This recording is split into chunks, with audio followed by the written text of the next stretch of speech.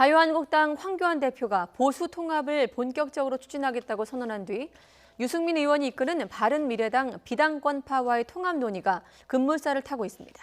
이르면 다음 주쯤 양측이 공식적인 대화 창구를 구성해서 논의를 본격화할 것이다. 이런 전망도 나오고 있는데 이 논의 과정이 순탄치만은 않아 보입니다. 국회 취재기자 연결합니다. 우철희 기자. 네, 국회입니다. 네, 이르면 다음 주쯤에 보수 통합 논의가 본격화할 거란 전망이 나오고 있죠?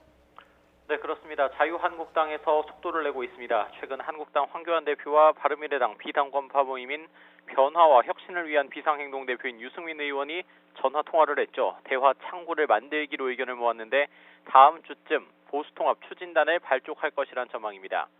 황교안 대표는 앞서 통합 논의 실무팀 인선에 이어 추진단장으로 오선의 원유철 의원을 낙점했습니다. 원 의원은 유승민 의원이 과거 새누리당 원내대표 시절에 정책위 의장으로 발을 맞춰본 만큼 통합 논의의 제격이라고 판단한 것으로 보입니다. 황 대표는 또 오늘 문재인 정부 반환점을 맞아 발표한 입장문에서 통합을 반드시 성사시켜서 총선에 승리하고 국민 여러분께 희망을 드리겠다고 강조하기도 했습니다. 이런 가운데 황 대표는 오늘 핵심 지지 기반인 대구를 방문해 공수처법 저지, 국회의원 정수 축소 촉구 결의대회를 열고 통합의 필요성을 강조했습니다. 지난 20대 총선은 분열했기 때문에 졌고 뭉치기만 하면 이길 수 있다면서 똘똘 뭉쳐서 반드시 문재인 정권을 심판하자고 목소리를 높였습니다. 하지만 통합 논의에 걸림돌도 있습니다. 유승민 의원이 이끄는 바른미래당 비당권파가 아직 한국당을 바라보는 시선이 곱지 않습니다. 특히 유 의원 측에서는 황 대표와의 통화 사실이 외부로 알려진 것 자체부터 강한 불쾌감을 드러내고 있습니다. YTN과의 통화에서 탄핵 문제가 언론에 거론된 것에 대해 탄핵의 강을 건너자는 기존 입장에 전혀 변함이 없다고 강조했습니다. 탄핵을 묻고 가자, 그러니까 지금 시점에 탄핵을 논의하지 말자는 말이 한국당 쪽에서 나왔다면 거짓말을 하고 있는 것이라고 격앙된 반응을 보이기도 했습니다.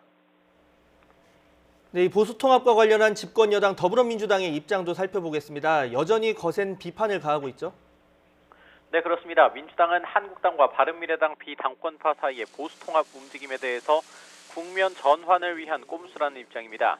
박찬주 전 대장 영입 논란 등 잇따른 지도부의 실책을 덮기 위한 의도란 건데 국민의 심판을 받아야 한다고 거세게 비판하고 있습니다.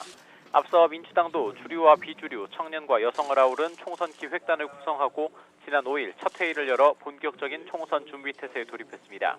기획단은 매주 목요일 오전에 전체 회의를 개최할 예정인 가운데 총선 관련 여러 당내 기구의 논의사항과 일정 등을 챙기게 됩니다. 총선이 하루하루 다가오면서 여야 모두 분주하게 움직이고 있습니다. 지금까지 국회에서 YTN 우철입니다.